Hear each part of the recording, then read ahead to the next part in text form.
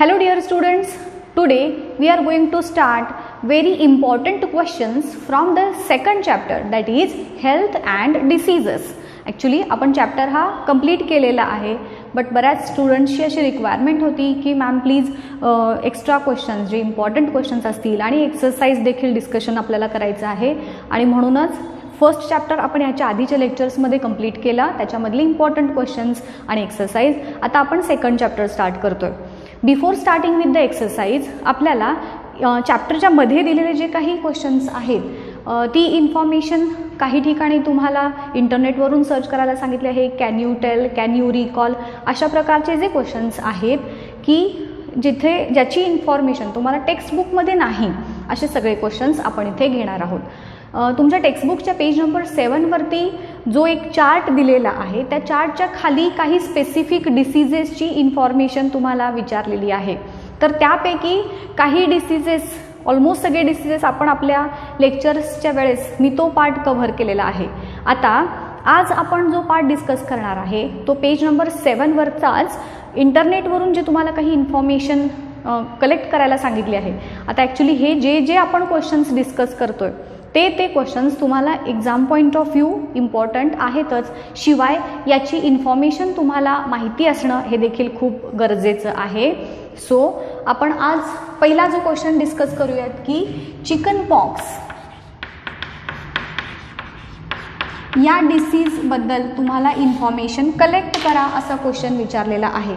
What is chicken pox, कशामुळे होतो chicken pox, ज्याला आपण मराठीमध्ये कांजिण्या असं म्हणतो. बघा, लहान मुलांना बरेचदा प्रत्येकाला आपल्यापैकी ह्या कांजिण्या येऊन गेलेल्या असतात. काय असतं, कांजिण्या होतात म्हणजे नेमकं काय होतं, तर आपल्या चेहऱ्यावरती अंगावरती असे छोटे छोटे पहिल्यांदा रॅशेस येतात आणि मग त्या रॅशेसमधून वॉटरी फ्लुईड असणारे, असे पाण्याचे जे पस किंवा फ्लुईड असणारे फोड आपल्या बॉडीवरती हे तयार होतात. हा जो चिकन पॉक्स हा डिसीज आहे, हा देखील व्हायरसमुळं होणारा डिसीज आहे, हा देखील एक व्हायरल डिसीज आहे. तर या डिसीजबद्दल काही इन्फॉर्मेशन आज आपण डिस्कस करूयात आणि मग त्याच्यानंतर पल्स पोलिओ ड्राईव्ह आणि WHO, that is world health organization, ह्याची इन्फॉर्मेशन आज आपण डिस्कस करणार आहोत. सो फर्स्ट पॉईंट, हा जो चिकन पॉक्स आहे, आता ह्याच्याबद्दल तुम्हाला क्वेश्चन काय विचारलेला आहे की त्याचे रिझन्स काय आहेत, प्रिव्हेन्शन, ट्रीटमेंट कशा पद्धतीनं तुम्ही कराल, हे पॉईंट्स आपल्याला डिस्कस करायचे आहेत. सो यातला फर्स्ट पॉईंट असेल ह्याचे रिझन्स. चिकन पॉक्स होण्यामागचं, कांजिण्या होण्यामागचं रिझन आहे व्हायरस आणि त्या व्हायरसचं नाव आहे वॅरिसेला झॉस्टर व्हायरस. व्हायरसचं नाव लक्षात ठेवा, वॅरिसेला झॉस्टर व्हायरस. या व्हायरसमुळं आपल्याला चिकन पॉक्स हा डिसीज होतो. हे झाला first point, that is reason. त्यानंतर याचे सिम्पटम्स काय काय आहेत बघा.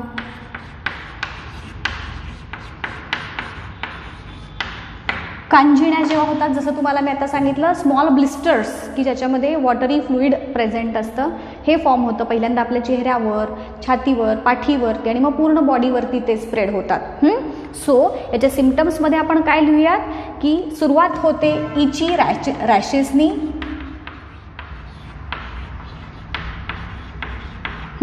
सगळ्यात आधी तुमच्या बॉडीवरती रॅशेस येऊ लागतात आणि मग त्याच्यापासून फॉर्म होतात काय की फ्लुईड फिल्ड ब्लिस्टर्स, फोड तुमच्या बॉडीवरती फॉर्म होतात आणि ते सगळ्यात आधी म्हणजे पहिल्यांदा तुमच्या चेहऱ्याच्या रिजनवरती येतात. Initially on face and then spread over the body.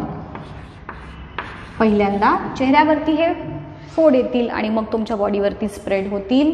याच्याबरोबरच headache किंवा थकवा वाटणे, टेम्परेचर असणे, हे देखील सिम्पटम्स तुम्हाला जाणवू शकतात. सो ते देखील आपण इथं मेन्शन करूया की फीवर, ताप येणे, हेडेक, त्याच्यानंतर तुम्हाला सांगितलं थकवा येणे, दॅट इज टायर्डनेस.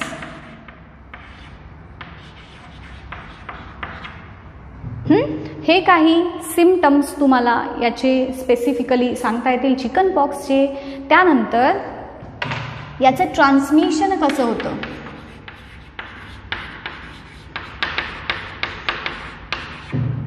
कांजिण्या हा जो त्याचा व्हायरस आहे व्हॅरिसेला, हा व्हायरस स्प्रेड कशा पद्धतीनं होतो, कोणते कोणते मीडिया आहेत की ज्याच्या थ्रू हा व्हायरस स्प्रेड होतो ते बघूयात. मेनली तुम्हाला तर माहिती आहे की ज्याला कांजिण्या झालेल्या असतात त्या पर्सनला आपण त्याच्याजवळ शक्यतो जाणं अवॉइड करायचं असतं, कारण कॉन्टॅजियस, एकमेकांना स्प्रेड थ्रू, एकमेकांच्या डायरेक्ट कॉन्टॅक्ट थ्रू स्प्रेड होणारा हा डिसीज आहे. हा एक झालाच, म्हणजे जर तुम्ही त्याला टच केलात किंवा त्याच्या जवळ राहिलात तरीसुद्धा तो तुम्हाला डिसीज होतो. पण अजून एक महत्त्वाचा त्याचा वे ऑफ ट्रान्समिशन आहे, तो म्हणजे थ्रू रेस्पिरेशन. ते जे व्हायरसेस असतात, सपोज एखाद्या पर्सनला चिकन पॉक्स झालेला आहे आणि त्याच्या आसपास जरी तुम्ही असाल तरी देखील त्याच्या जे बॉडी फ्लुइड्स आहेत त्याच्या थ्रू तो व्हायरस जर एअरमध्ये प्रेझेंट असेल तर तुमच्या रेस्पिरेशन थ्रू तो व्हायरस तुमच्या बॉडीमध्ये जाऊ शकतो आणि तुम्हाला देखील त्याचं इन्फेक्शन हे होऊ शकतं. सो मोड ऑफ ट्रान्समिशन आपण याचं लिहूयात, एकतर direct contact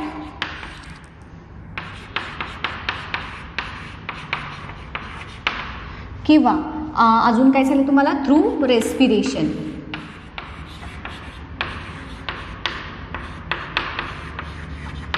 mode of transmission झाले थ्रू डायरेक्ट कॉन्टॅक्ट और थ्रू डायरेक्ट रेस्पिरेशन. हवेमधून देखील तो व्हायरस तुमच्या बॉडीमध्ये एंटर करू शकतो. ट्रान्समिशन झाली प्रोसेस. आता याची ट्रीटमेंट काय आहे बघूया. 4th point will be it's treatment.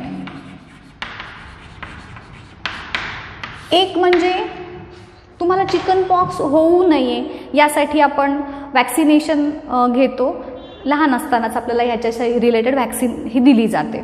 आणि दुसरं म्हणजे जर झाली तुम्हाला हा चिकन पॉक्स जर झाला, कांजिण्या झाला, तर त्याच्यावरती तुम्हाला अँटीव्हायरल मेडिसिन हे सप्लाय केले जातात, प्रोव्हाइड केले जातात.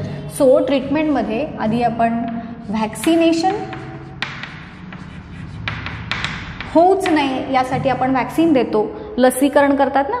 सो ह्याची चिकन पॉक्स ही त्याच्यामध्ये लस ही तुम्हाला दिली जाते लहानपणी, की जेणेकरून तुम्हाला फ्युचरमध्ये चिकन पॉक्स होऊ नये. आणि जर झाला तर त्याच्यावरती आपल्याला अँटीव्हायरल मेडिसिन हे प्रोव्हाइड केलं जातं, की ज्याच्या थ्रू चिकन पॉक्स क्युअर केला जातो. आलं लक्षात. सो ही झाली इन्फॉर्मेशन अबाउट चिकन पॉक्स. आता याच पेज नंबर 7 वरतीच असणारा जो नेक्स्ट पार्ट आहे that is pulse polio drive.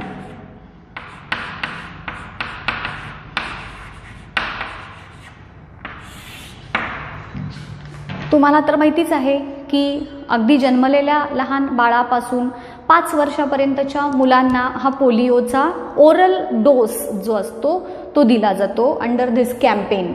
1995मध्ये ही कॅम्पेन स्टार्ट झाली आणि पूर्ण आपल्या भारतामध्ये सगळीकडे वर्षातून एक स्पेसिफिक टाईम ठरवला जातो, ड्युरेशन ठरवलं जातं, की जिथे ज्या वेळेस पूर्ण ऑल ओव्हर इंडिया आपण ज्याला म्हणू की ह्या पोलिओची वॅक्सिन, ओरल वॅक्सिन ही दिली जाते in between the age ranges of 0 to 5 years.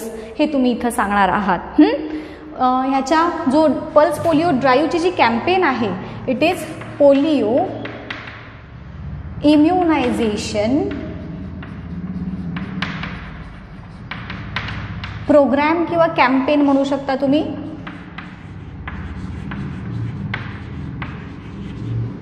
आणि हा प्रोग्राम किंवा कॅम्पेन कधी स्टार्ट झाला तर 1995मध्ये, की ज्याच्यात तुम्ही 0 to 5 एज ग्रुप असणाऱ्या जे लहान मुलं आहेत त्यांना आपण ओरल डोस हा पोलिओच्या वॅक्सिनचा दिला जातो. हे तुम्ही इथं एवढी इन्फॉर्मेशन सांगणं हे सफिशियंट आहे. त्यानंतरचा पार्ट येतो दॅट इज WHO. WHOचा लॉंग फॉर्म तुम्हाला विचारला जाऊ शकतो. WHO that is world health organisation.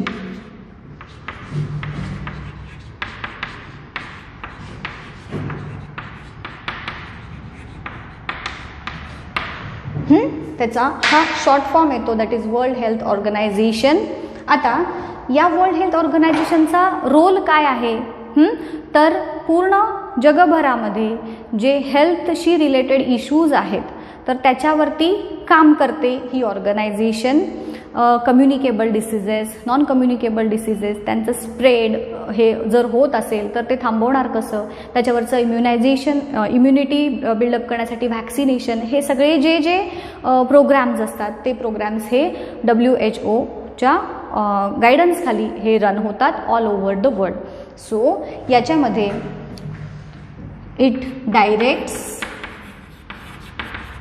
And coordinates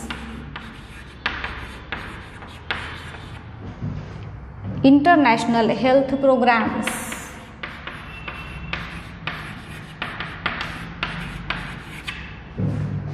international health programs.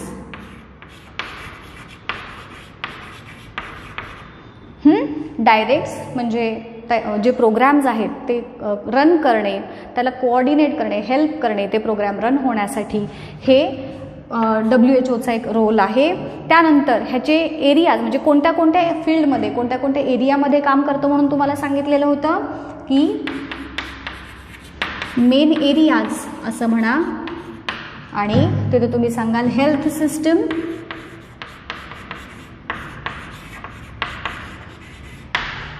त्याच्यानंतर communicable and non communicable diseases,